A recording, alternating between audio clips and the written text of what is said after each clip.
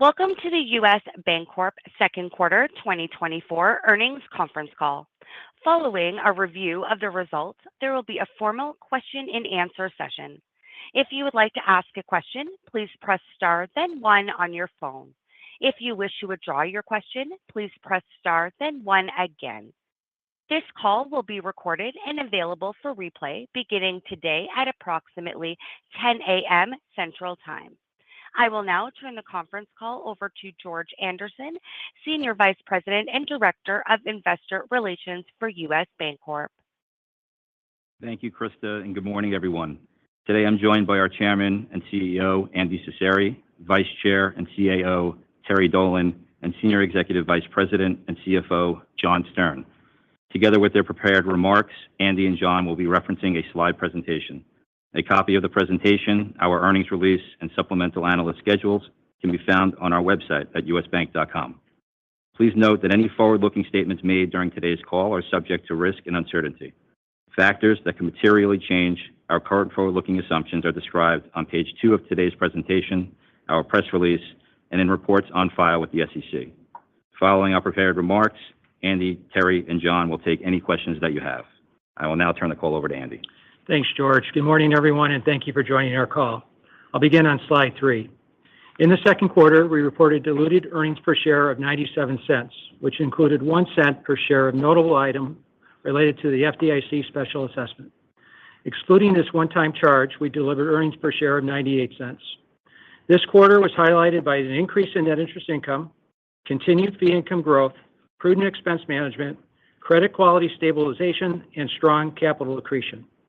Notably, our return on tangible common equity increased to 18.6% on an adjusted basis.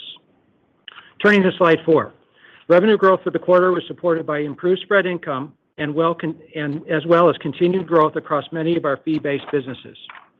On both a linked quarter and year-over-year basis, non-interest expense as adjusted was down, benefiting from cost synergies with Union Bank, prudent expense management, and multi-year investments across the business that have resulted in greater efficiencies and enhanced operating effectiveness. As I mentioned earlier, credit quality results were in line with our expectations as we saw stabilization in delinquency rates and a modest increase in NPAs. Average total deposits increased 2.2%, and we continue to see growth in consumer deposits despite industry and liquidity headwinds. As of June 30th, our tangible book value per share increased $23.15 to $23.15, or 2.8% better than last quarter and 10.1% higher than last year. Our CET1 capital ratio increased 30 basis points from the prior quarter and 120 basis points from last year to end the quarter at 10.3%. John will discuss some key takeaways from this year's stress test in his opening remarks. Slide 5 provides key performance metrics. Excluding notable items, our return on average assets increased to 0.98%, and return on average common equity improved to 12.6%. Our efficiency ratio also improved from the first quarter to 60.7% on an adjusted basis. Turning to slide 6, fee income represents just over 40% of total net revenue and benefited this quarter from high seasonal revenues across each of our payment businesses, strong co-growth in trust and investment management fees, as well as improved treasury management revenue. Overall, diversified fee income businesses continue to operate at scale and provide earnings consistency through the cycle. And most importantly, we are encouraged by the progress we're making to deepen our most profitable client relationships, expand our product set, and enhance our distribution channels. These efforts are positioning us well for continued growth and strategic differentiation. Let me now turn the call over to John, who will provide more detail on the quarter, as well as forward-looking guidance. Thanks, Andy.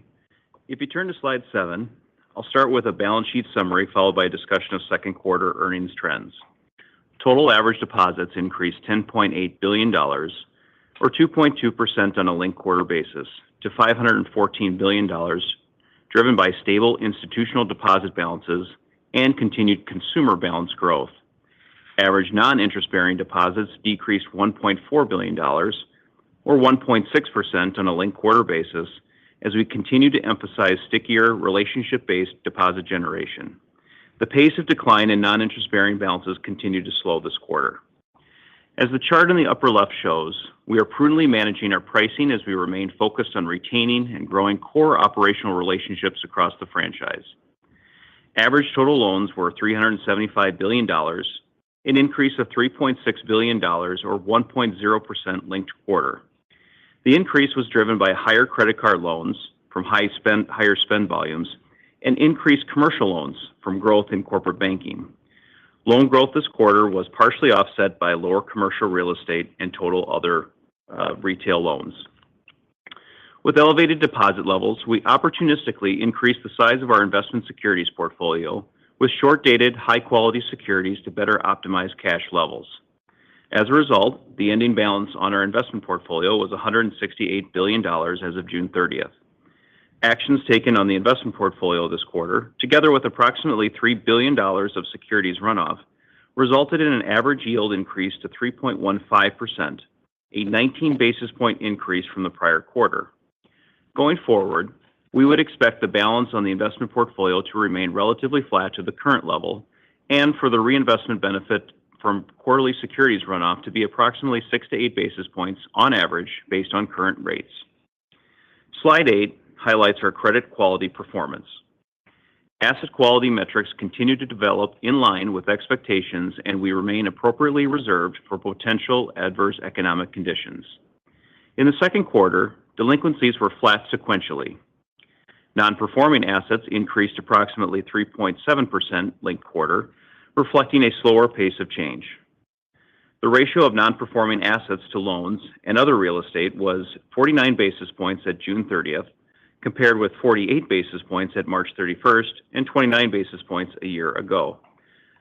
Our second quarter net charge-off ratio of 58 basis points increased 5 basis points from the first quarter, in line with our expectations, and we continue to expect our net charge-off ratio to approach 60 basis points in the second half of this year.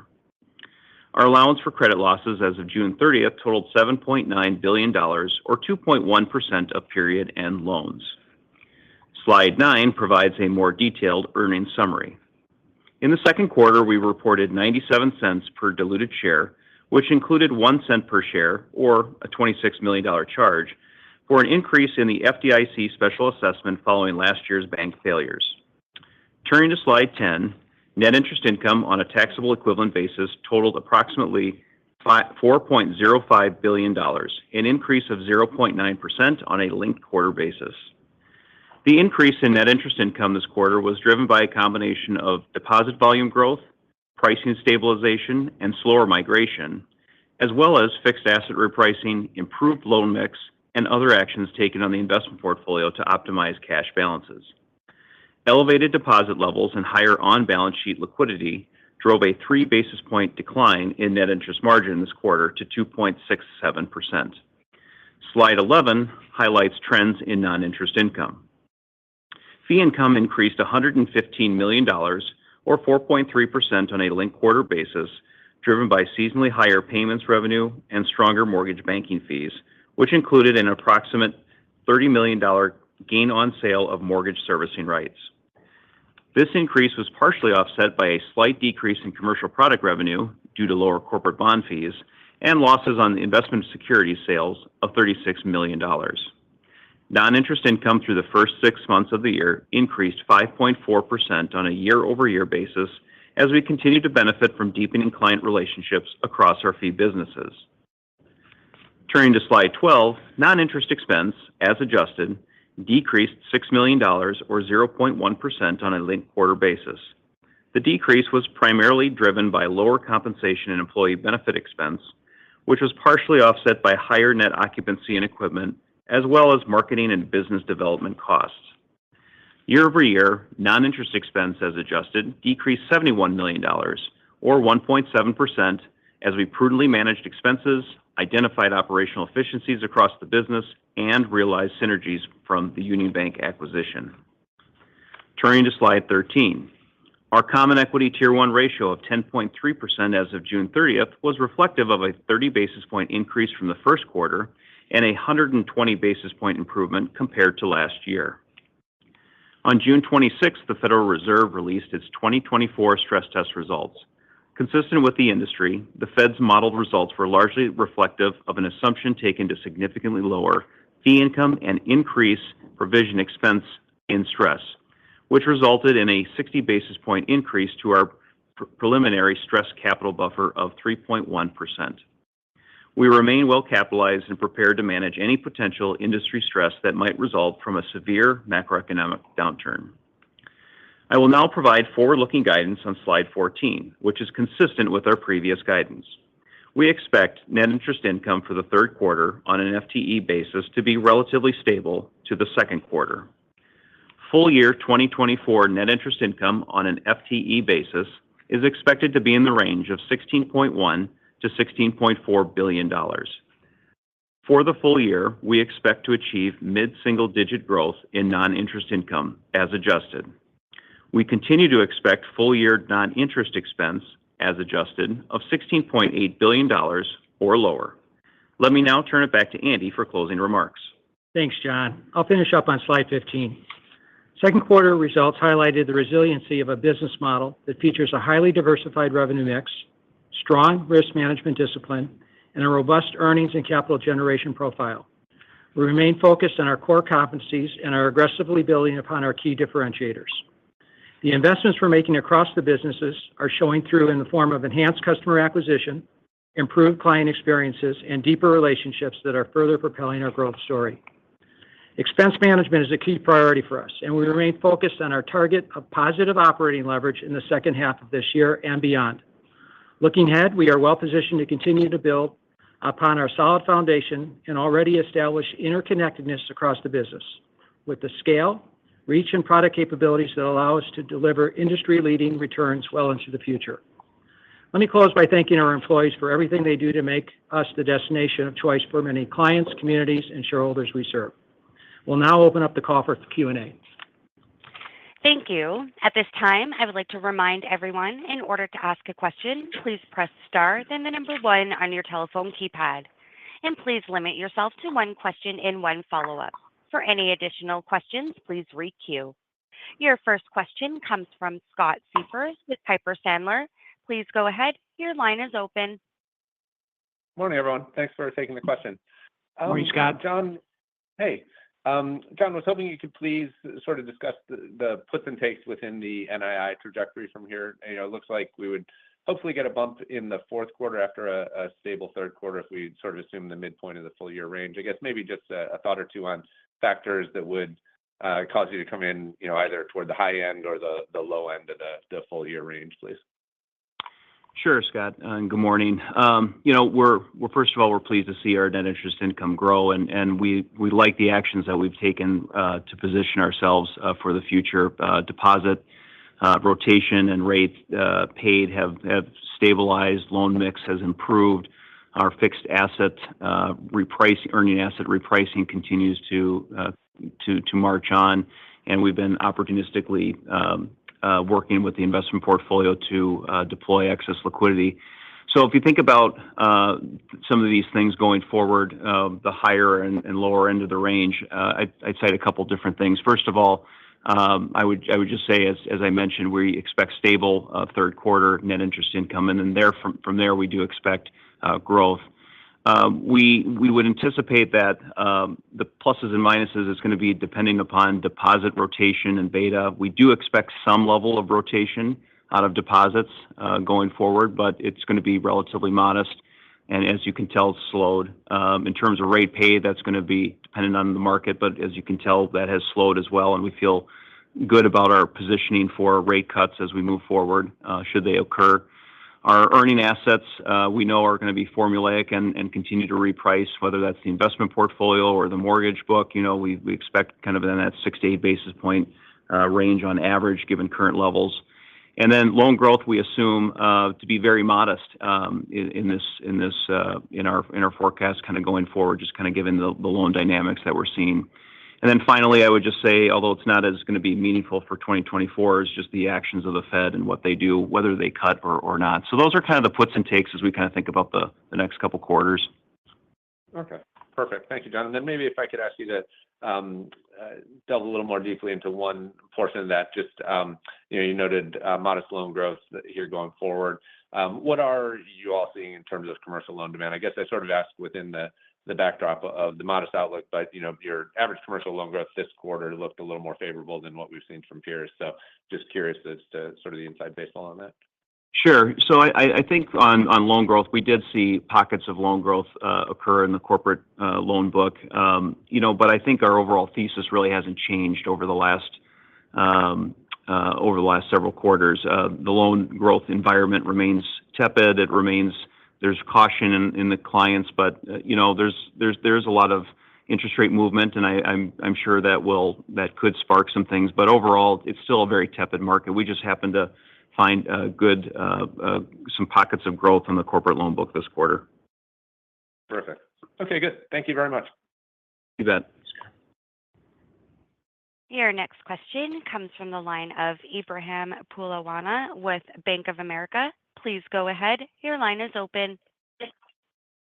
Good morning. Morning. I guess maybe, John, just following up on the NII, by my math, like your fourth quarter could be as high as $4.3 billion. So appreciate the puts and takes you provided earlier. As we think about the NII trajectory from here in a rate cut scenario, just remind us in terms of the positioning of the balance sheet, what 4 to 6 rate cuts would imply, and flex on the deposit side, given sort of your corporate institutional makeup. Sure. Thanks, Ebrahim. So the way I think about potential rate cut shift and change in market there is that we are well positioned given the mix of our deposit base. So approximately 50% of our balances are retail based, and about 50% of our balances are institutional or corporate type balances. And in a cut environment, those institutional corporate balances, the beta, if you will, of those are going to go down as quickly as they came up. So we feel very good about the repositioning of that. On the retail side, I would just say that there'll always be some arc to the retail, so there'll be probably some repricing that occurs at the still current higher levels. But over time, those balances will come down, and so overall, it gives us an advantage as the curve, in theory, should start to steepen, and you have a lower short-term rate and a higher longer-term rate that allows for continued earning asset favorability on the repricing side of things. Got it. And I guess just separately, when we think about the outlook for the back half on fee revenue growth, the mid-single digits, where do you think fee revenue growth is going to be driven? What categories are going to drive that growth? Where do you expect some more moderation relative to what we've seen in the first half of the year? Thank you. Sure. I think on the fee side of things, we had a solid quarter, but we continue to expect momentum in the various categories, and it's going to be a combination of all the main ones. It's going to be payments, it's going to be our trust investment management fees, and it's going to be in the capital market space is probably the three areas that I would point you to. On the payment side of things, we continue to see strong core competencies, and whether in the merchant processing, you're talking about our tech-led areas. If you're talking about our corporate payments side of things, you're looking at us starting to lap some of the things in freight and fleet. And on credit, credit card, we continue to see strong spend levels. So those are all going to be positive things for us as we move forward. The trust and investment management fees, as well as the capital markets, continue to see very strong market backdrop, and we have been doing very well in terms of investment in those businesses, and as well as just utilizing our client base and deepening relationships there in a number of different facets. And then, those are going to be kind of the tailwinds that we see that position us well for continuing our guidance here in terms of mid-single digit growth for fees. Got it. Thank you. You bet. Your next question comes from the line of Betsy Graseck with Morgan Stanley. Please go ahead. Your line is open. Hi, good morning. Good morning. I know we already talked a little bit about the loan growth piece, but going through the slide deck, you highlighted that there's utilization rate increase. So I guess I'm just wondering this, and it's important, right? Because at least you're the first institution I've seen this quarter that's had a utilization increase. Do you think that's a function of the types of industries where you're seeing utilization increase, or is that more, your new geographies where, perhaps more focused attention on new clients is driving that? Would just like to understand that. Sure. Thanks, Betsy. So in terms of utilization, it did tick up. I would say it's pretty modest, and I would say it's pretty much in line with where we've seen it in the past. So I wouldn't point to it as some new trend that we're going to see continued utilization investment or increase. I think it's really more of a function of the loan mix that we saw this quarter. Some of the loans that were brought on came at a high utilization level versus some of the things that rolled off. So I just think it's more of a mix shift rather than a change in trend. Okay, thanks. And then just on the credit outlook here, I got a sense that maybe there was a little bit more credit coming through towards the back half of the year. Is that right, or did I get that wrong? Well, I don't think first of all, our guidance really hasn't changed from a credit standpoint. It continues to be, it's stabilizing. It's as expected. From a net charge-off perspective, we came in at 58 basis points. We would anticipate, approaching 60 basis points here in the back half of the year is kind of how we're thinking about the charge-off. But things like delinquencies and non-performing, those metrics have come in, have stabilized and have come in very nicely, giving us confidence in our credit outlook. Okay. And are you already reserved for these NCOs? Just wondering if there's a reserve release behind that as well. Yeah, we feel very much appropriately reserved for the book that we have. We saw a little bit of increase in our reserve build this quarter, just simply because of growth, particularly in cards and things of the like. So that's kind of what has been the driver on the reserve side. Okay, super. Thanks so much. You bet. Your next question comes from the line of Erica Najarian with UBS. Please go ahead. Your line is open. Hi. Good morning. Morning. My first question is for you, Andy. I think what was really striking about this quarter is that, the balance sheet growth was impressive on both sides of the sheet, and, really outperforming peers. At the same time, I think we were all surprised by the stress test results, especially given, we thought that the PPNR dynamics with MUFG fully baked in would be a little bit cleaner. And so if I'm calculating this right, your adjusted CET1 would be 8% this quarter versus 7.6. And I'm wondering, as we think about balancing those dynamics, how are you thinking about managing growth relative to this sort of, changing, unpredictable element of the SCB? Plus, obviously you have done a great job at managing risk-weighted assets last year, and obviously there's a burn-off rate to the AOCI. At the same time, rates are staying a little bit higher for longer, and there's a huge debate on what's going to happen to the belly of the curve, even if everyone subscribes to Fed cuts. So I'm wondering how we should think about, balance sheet management from here, especially in light of the good growth that you experienced this quarter. Sure. Thanks, Erica. And let me start on the CCAR results. So as you think about MUFG, the component that we were focused on there that did happen was the expense component that came down. So that was as expected. The component that went up versus the Fed last year was the fee income component, and we don't have a lot of clarity or transparency into why that happened. It happened for a number of banks, and it happened in spite of the fact that our fee growth is actually even positive. So that was the part that was the driver of the increased SCB for us and for a number of other banks. Let me take a step back and let me talk about capital and the balance sheet overall. As we've talked about in the past, Erica, our priorities from a capital distribution standpoint haven't changed. The first is investing into the business, second is dividends, and third is buybacks. And so as a part of this year's stress test, as we've talked about, our planned capital distribution assumed an increase to the quarterly dividend of about 2% starting in the fourth quarter. And as you saw, and as you referenced, our CET1 ratio is 10.3% this quarter. So we continue to have strong capital accretion each quarter. We expect to be well above our fully loaded Cat 2 capital targets well before we will cross that threshold. So from a capital standpoint, we're comfortable with our levels and our ability to accrete 20 to 25 basis points a quarter. So the one open item, as you all know, is the final Basel III endgame rules. And while we prefer to have those clarified before revising our capital and distribution targets, we will assess whatever information we have available and update on our capital distribution, our targets, as well as our return targets at Investor Day on September 12th.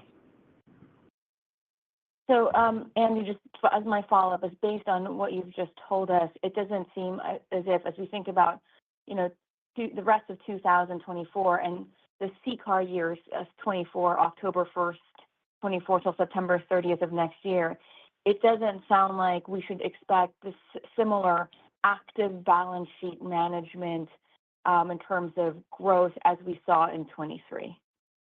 So as we've talked about, I think most of the capital accretion going forward, Erica, will be through normal earnings accretion. And as we talked about, we expect that to be 20 to 25 basis points. We had a little bit of a benefit this quarter from additional RWA optimization, but going forward, I would think about that 20 to 25 basis points a quarter. Okay, perfect. Thank you. You're welcome. Your next question comes from the line of Ken Usdin with Jefferies. Please go ahead. Your line is open.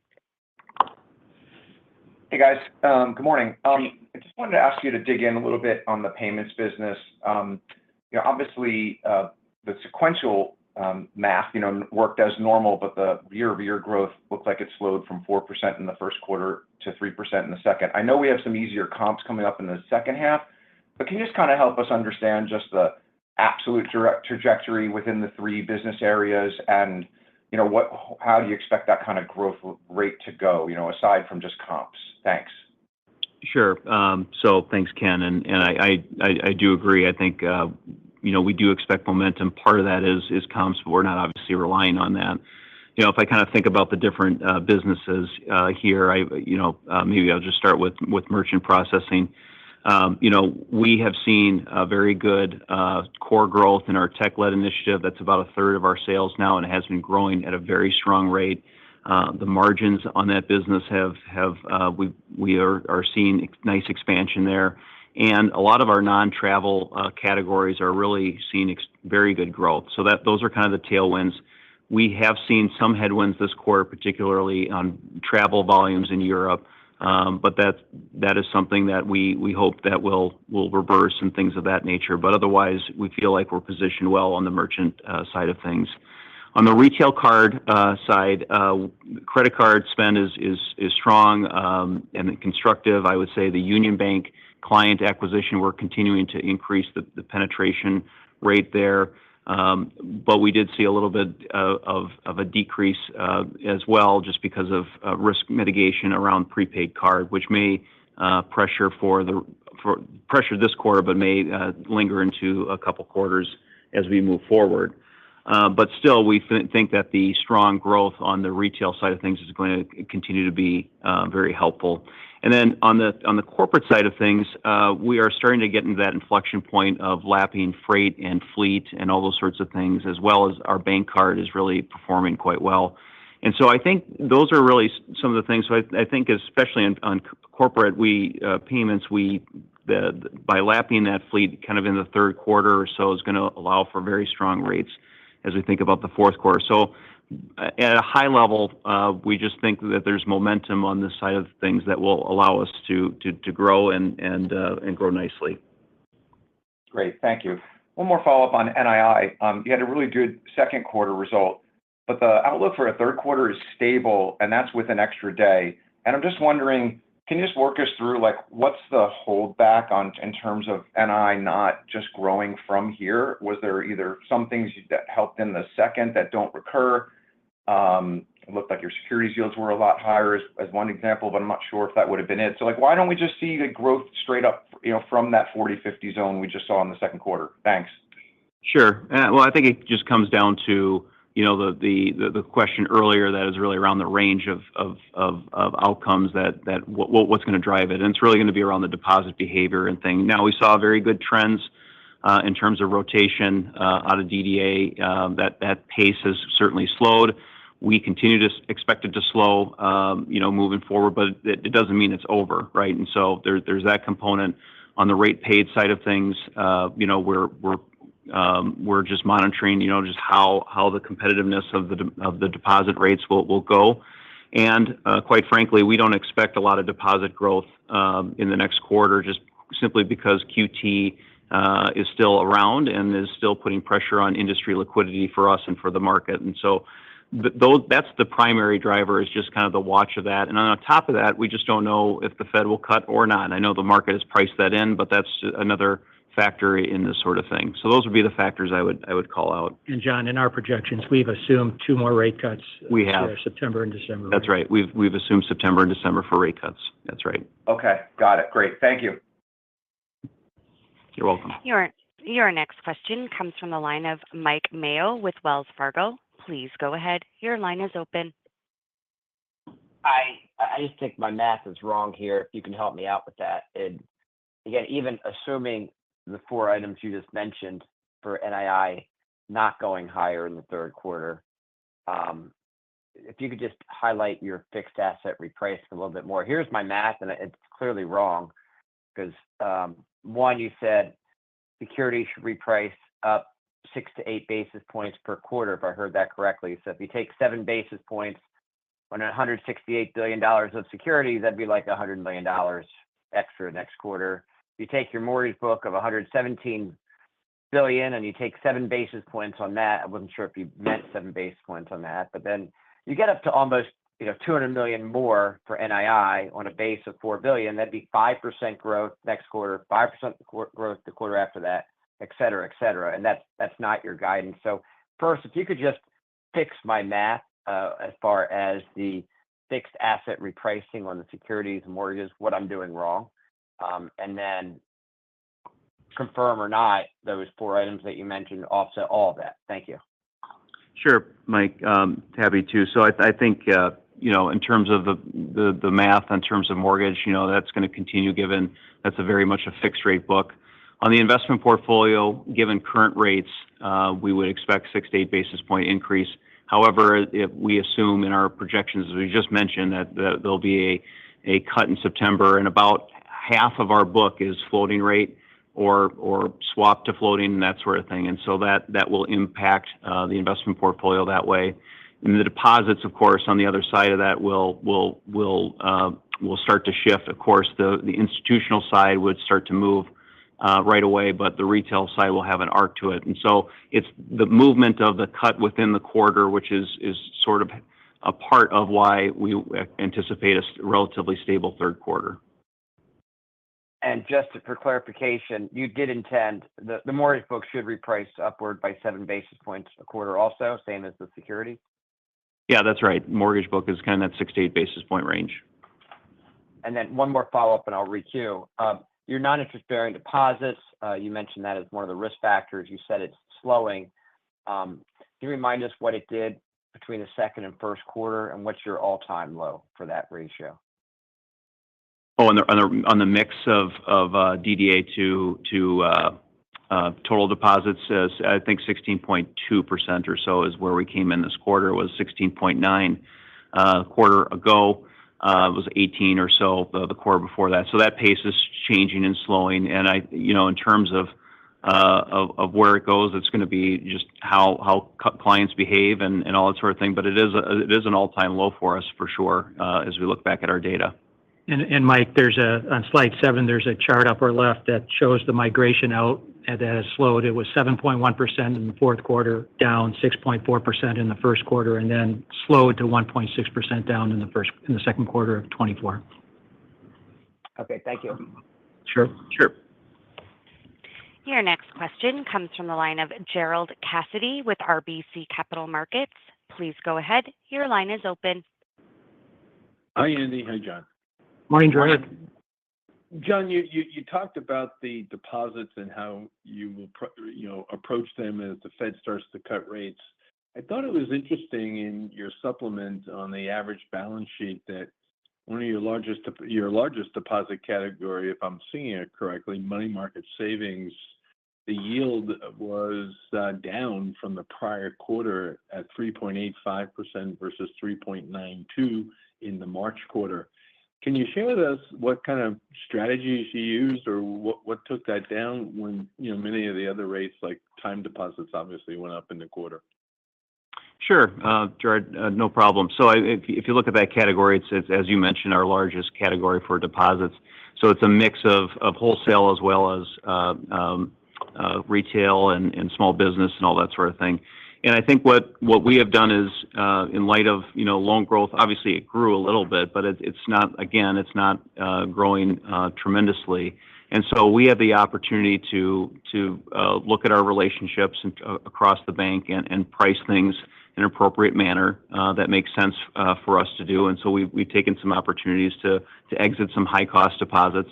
And we've really utilized our distribution network, whether that's on the retail side, the branch network, our app capabilities, really taking advantage, and our partnerships, really taking advantage of our national bank reach and really growing in deposits in areas that have a lower cost. And so that's kind of the positive rotation that you're seeing in that specific category. I got it. I don't want to put words in your mouth, but when the Fed starts to cut rates, from this line item at least, you guys could potentially benefit from lower rates and the balances continue to grow, which obviously would be beneficial. Andy, just a more bigger macro question. John touched it a little bit a moment ago about the utilization rate on the C&I loans. Can you share with us, when you guys go out and talk to clients, what do they think, commercial clients that is, what are they thinking about CapEx spending, which would enable them to draw down lines? And then second, are you seeing any increased competition from alternative lenders, whether it's private credit or other, that may be affecting the C&I loan growth? Yeah, Gerard, I think our clients are probably a little bit more focused on defense than offense right now. We just did a CEO survey and we talked to clients. They are focused on productivity, efficiency, expense management, and in the investments that they're making, to the extent that they're utilizing lending activity, is to really amplify some of that efficiency opportunity that they're focused on. So a little bit more on defense, but as John mentioned, the utilization rates were up modestly in pockets across the board, and I would expect that to continue as we go forward. So nothing significantly different from what we saw in prior quarters. The competition is strong. So, both bank and non-bank competition, that's driving pricing a little bit. We're continuing to seek full relationships with appropriate returns, and that'll drive the volumes as well. And just as a quick follow-up on the competition, are you guys seeing more aggressive underwriting for banks that want to grow that balance sheet? How are you seeing that from the underwriting standpoint? Yeah, I'm not sure that the underwriting is changing significantly, as opposed to the pricing, Gerard. That's how I would focus on it. Okay, thank you, Andy. Sure. Your next question comes from the line of Matt O'Connor with Deutsche Bank. Please go ahead. Your line is open. Good morning. Wanted to circle back on payments.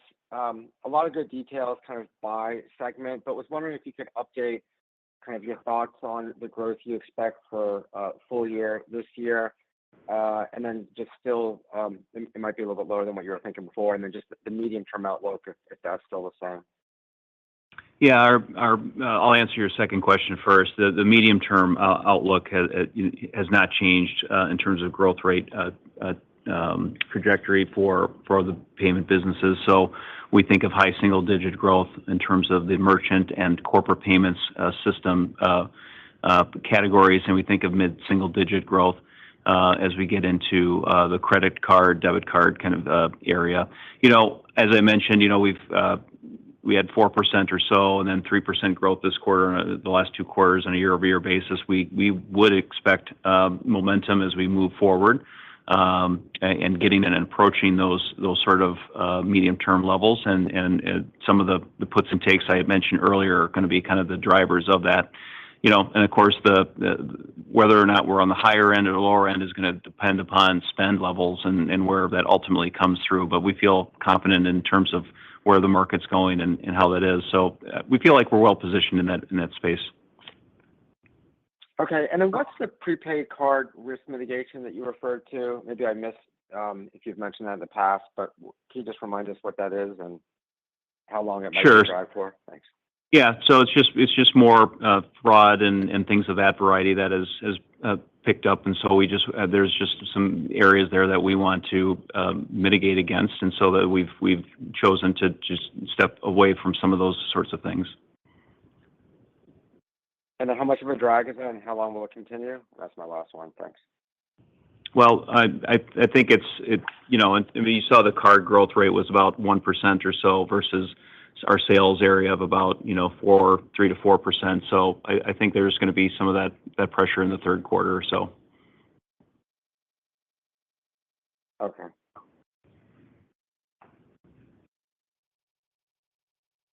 Your next question comes from the line of Vivek Juneja with JP Morgan. Please go ahead. Your line is open. Hi, thanks. Morning. A couple of just follow-ups. One on payments. To try to understand, I know you've said merchant, you expect to get to high single digit. What's happening when I look at the volumes, merchant was only up 1.7% year on year, and that's the slowest volume growth we've seen in 6 quarters. So despite all the tech-led initiatives, which are great, and the other, areas that you're trying to expand, why has volume growth slowed so much? And then what would cause that to turn around? Sure. So I can talk to that, Vivek. So on the merchant processing side, you mentioned that the sales component was about 2% or so. In terms of where we saw some volume decreases was really had to do with travel, particularly on the European side of things. Volumes were just lower for our clients in that particular area. So that's really the focal point. I think if you think about as we start to lap some of that sort of thing and same store sales come in and that sort of thing, that's where we expect the momentum in the second half of the year. Okay. Shifting gears, you're talking about charge-offs going to 60 basis points in the second half. Delinquencies are down, so that should help. But your C&I losses are running high. Despite the losses, NPLs are running still up. First, a two-part question there. Where in C&I are you seeing these losses? Which industry sectors? And your overall charge-off rate of 60 basis points, which categories do you expect would tick that up from where you are currently, given the outlook for delinquencies coming down? Sure. So on your two-parter, I'll take the C&I question first. First of all, the increase there in charge-off was really attributed to one unique or idiosyncratic loan that went through, and that was an NPA that we saw a couple quarters ago that worked its way through. We don't anticipate anything really in the C&I book outside of that, so that is something that is something that we're not concerned about. On the rest of the charge-offs, if I think about just at a big picture on credit card, as an example, we did see a little bit of an increase in charge-offs this quarter, but given the delinquency, as you just mentioned, we would expect our charge-offs in the third and fourth quarter to look more like the first quarter. And I think the balance of it will be more kind of in the commercial real estate office side of things. So that's kind of the puts and takes to the charge-off guide. Okay. So you had one large loan written off, but then what refilled that bucket, John, given that the NPL is actually ticked up, not down in C&I?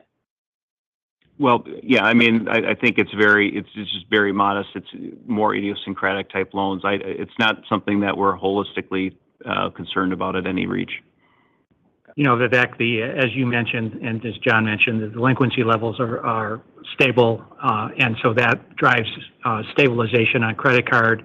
The idiosyncratic loan that John mentioned is the second quarter. And as we think about the future, I think the lumpiness will come out of CRE office, and that's the one that's going to go up and down a little bit. We've talked about that. We've mentioned that in prior calls. Certainly manageable, but that'll just cause a little bit up and down. Okay. Thank you. You bet. Your next question comes from the line of John Pancari with Evercore ISI. Please go ahead. Your line is open. Hey, John. Morning. Andy, I appreciate the color you gave on capital, and as you look at it, I know it sounds like you're still on the sidelines on buybacks as you walk through your priorities and the expectation for capital here. But I guess what changes that? Is it continued pull to par on the AOCI side? Is it Basel III clarity? Is it clarity on rates? What gets you to the point where you get confidence in buyback outlook or how you're thinking about your internal CET1 target? If you could just walk us through the thought process there. Yeah, so let's start, John, by saying that I'm very confident in our capital levels and our ability to accrete capital. It's consistent with what we've talked about, that 20 to 25 basis points, and we've made great improvements, as you saw from the number, 140 basis points up over the last year. So let me start there. Second, as we talked about before, we were seeking clarity on two components. Number one is CCAR, which we now have, and number two is Basel III Endgame, which we're getting closer to. And my expectation, John, is that we will, one way or the other, we'll have more clarity, or not, if not the perfect answer, we will update on both our capital targets and distribution objectives as we think about it at Investor Day on September 12th. So I'll give you a full update at that point. Okay, thanks. Appreciate that. And then separately on operating leverage, I know you reiterated your confidence in achieving positive operating leverage in the second half of this year. I mean, can you help us? I know you're not giving formal 2025 expectations, but I'm trying to think about what that positive operating leverage you're generating in the back half of that expectation, what that could mean as we look into the quarters through 2025. I mean, it looks like consensus is ballparking around 300 basis points positive operating leverage when you look at full year 25 expectations. You were above 200 basis points in 2022, but in the years prior, you were well below that. What's a good way to think about it, medium term, in terms of where USB should be operating from that standpoint?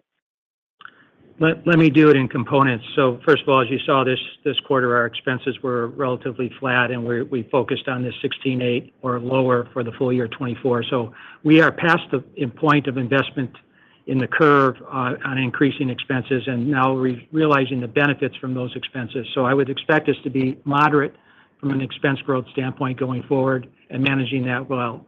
We talked about the momentum in fee growth, and I would expect that to continue given the unique businesses we have. I think the biggest difference is the headwind that was net interest income turned into a tailwind this quarter. And as we talked about stabilization in the third quarter, I think as we get into 25, that becomes more of a tailwind.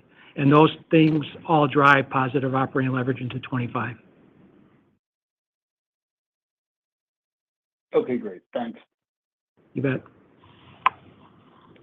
Your next question comes from the line of Chris Kotowski with Oppenheimer. Please go ahead. Your line is open.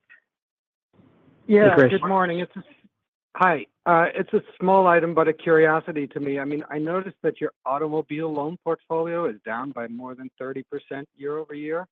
And I'm just curious, how did that category suddenly become a no-fly zone? Because you'd think it's short duration assets. You'd think it would be attractive, given the. Sure, Chris. So in terms of the drop, obviously we haven't been as active in the auto loan market just simply because the spreads and the returns on those sorts of loans have not been at our standard. And the competitors that we're facing aren't banks, and they have a different return profile in this particular environment.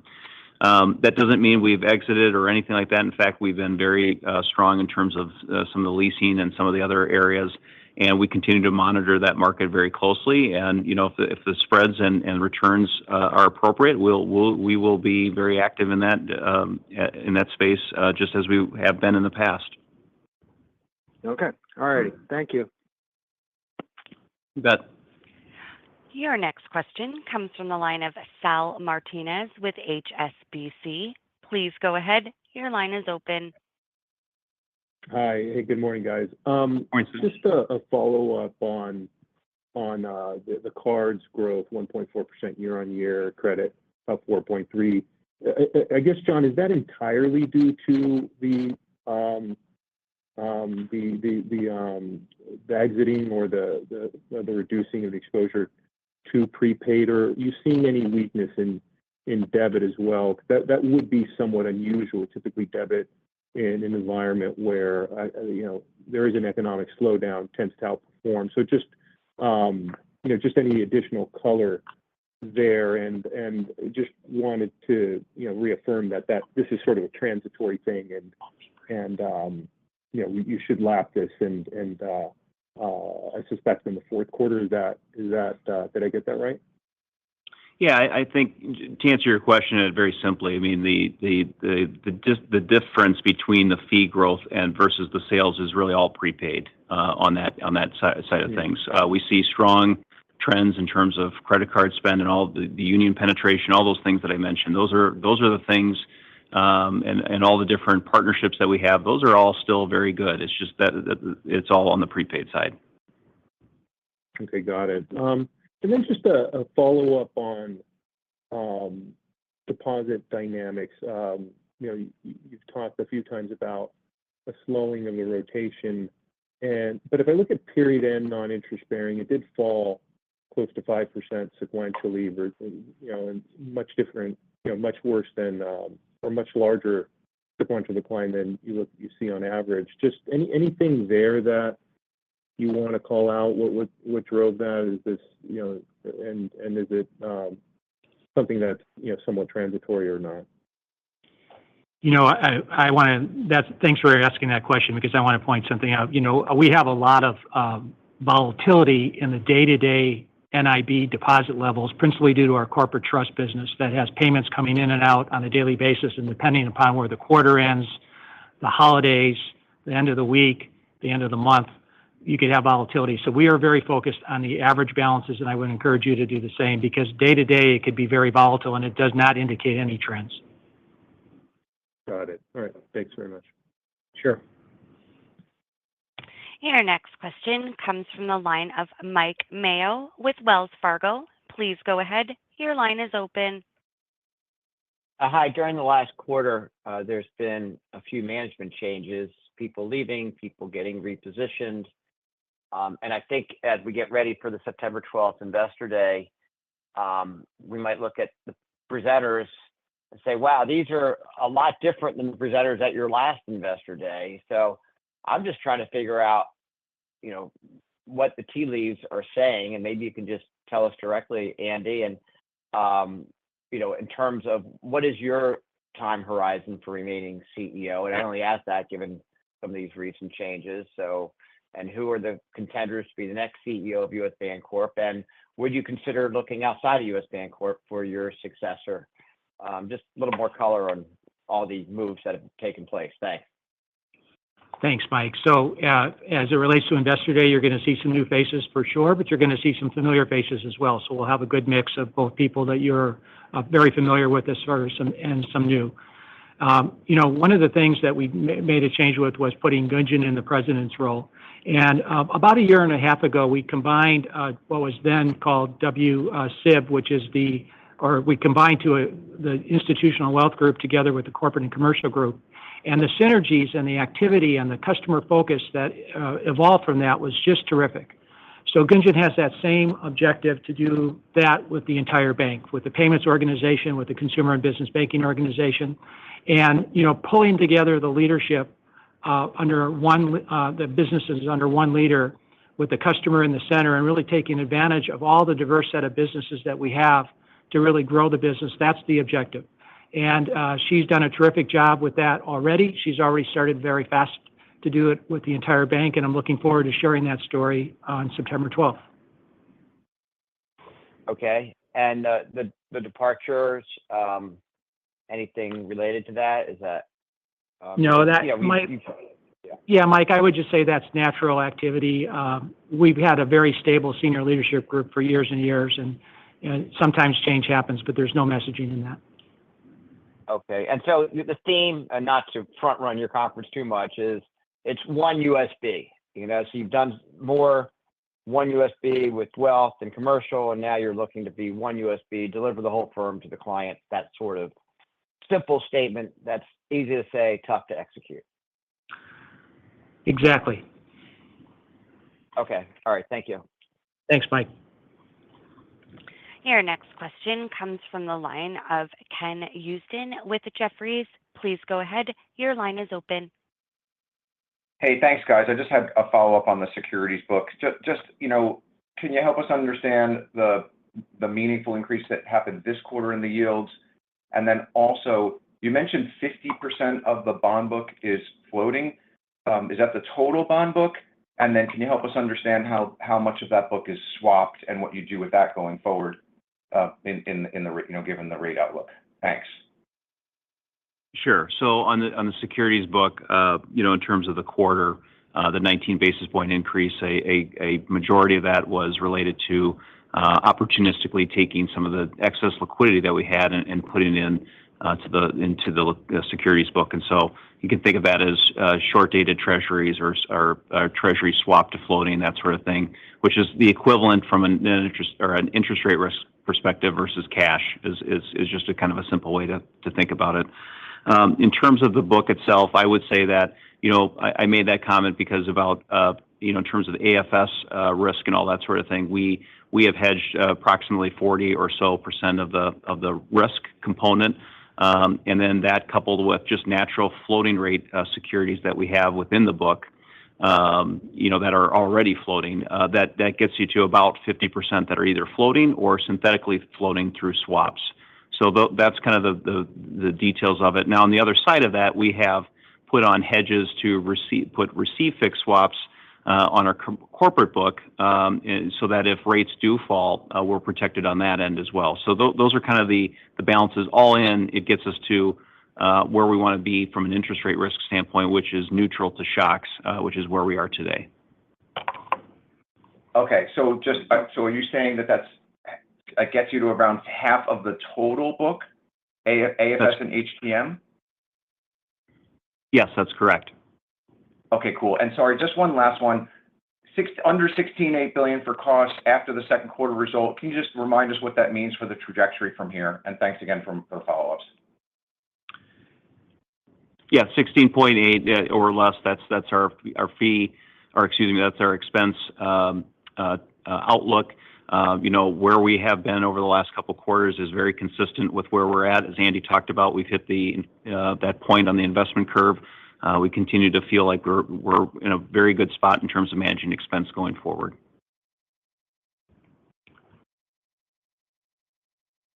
Thanks, Ken.